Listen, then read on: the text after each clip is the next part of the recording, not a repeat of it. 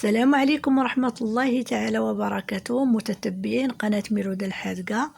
مرحبا بكم في قناتي اللي هي قناتي وقناتكم.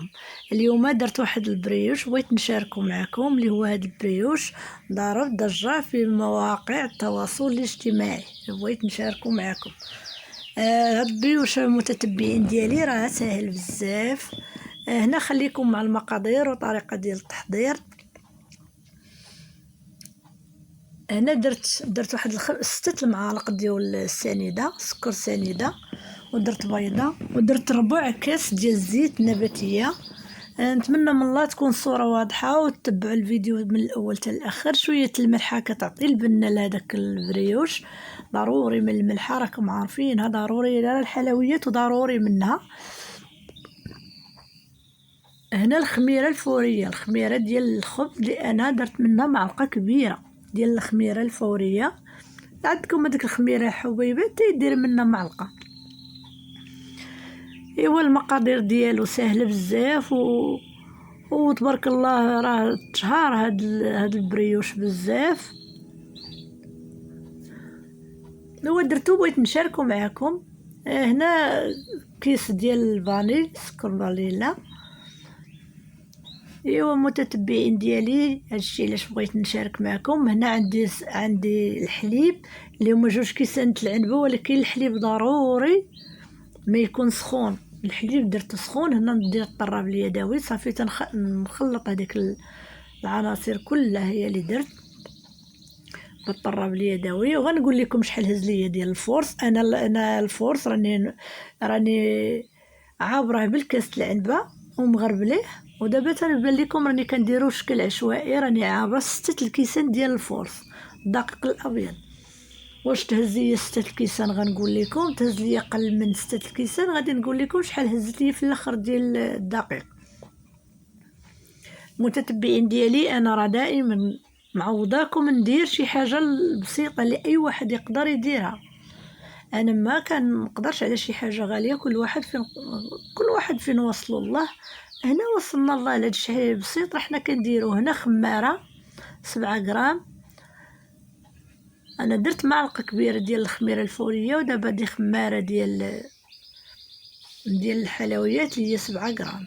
صافي كنزيد الفرص الكافي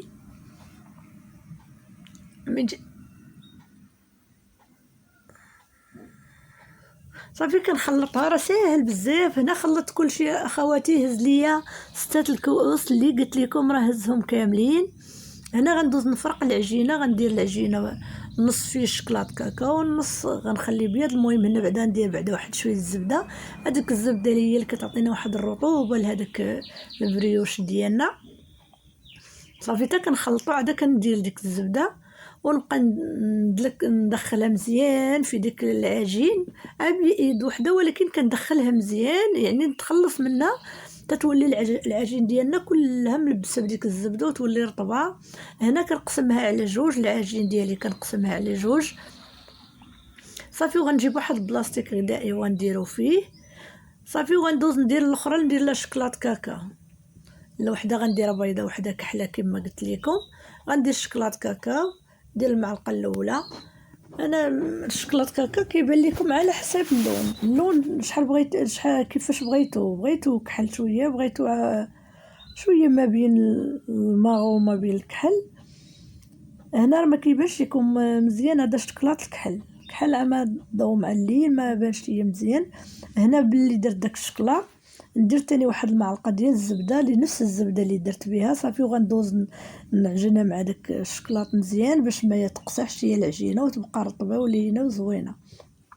هنا خلطتها كامله وغندوز حتى نديرها في ديك البلاستيك حدا العجينه البيضاء ونخليها تختمر وتاخذ الوقت الكافي ديالها.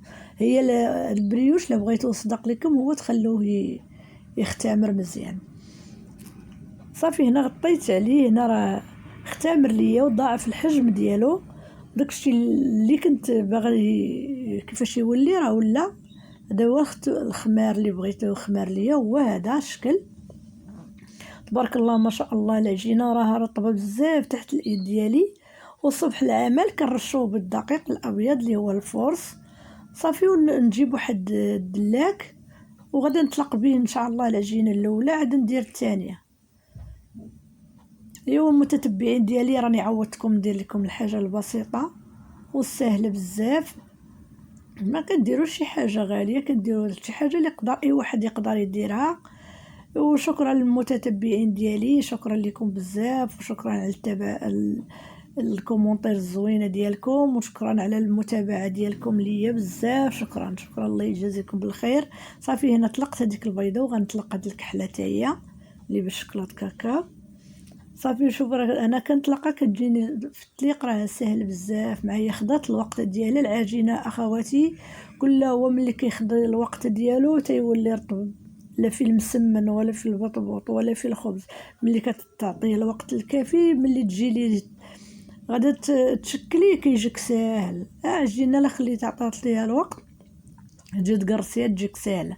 هنا ملي سرحت هذا روليت على الدلاك صافي ودرتها فوق هذيك البيضه.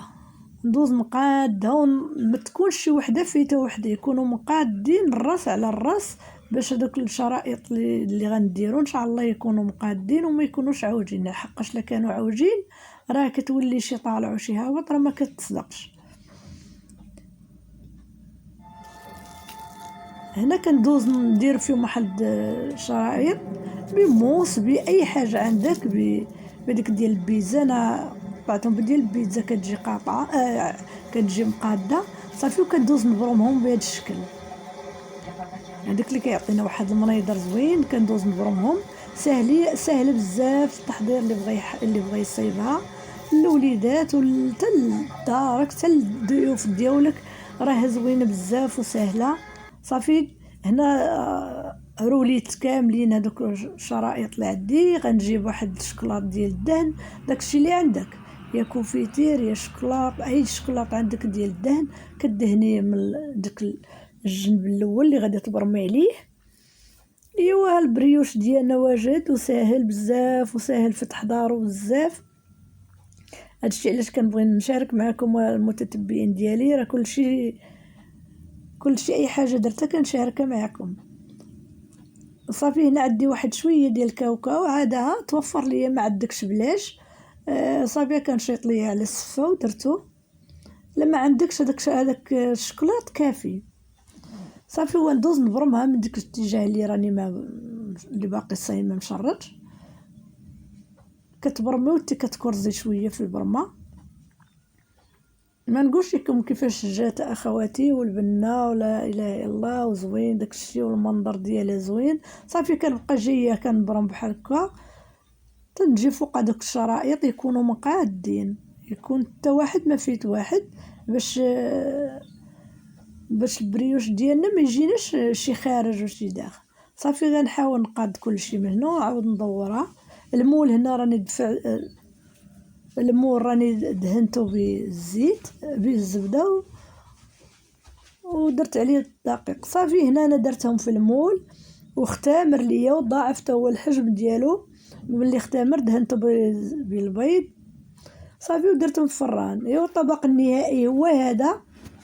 الى عجبكم ما تنسونيش ديروا الكومونتير الزوينه اللي كتخلوا ليا. وشكرا للمتتبعين ديالي، لا البنات ولا الاولاد ولا خارج المغرب وداخل المغرب، كلكم كتابعوني وشكرا لكم بزاف. والبريوش اللي تشاركت معكم هو هذا. نتمنى من الله يعجبكم، والى عجبكم ما تنسونيش من الكومونتير الزوينه بحالكم. وشكرا لكم بزاف.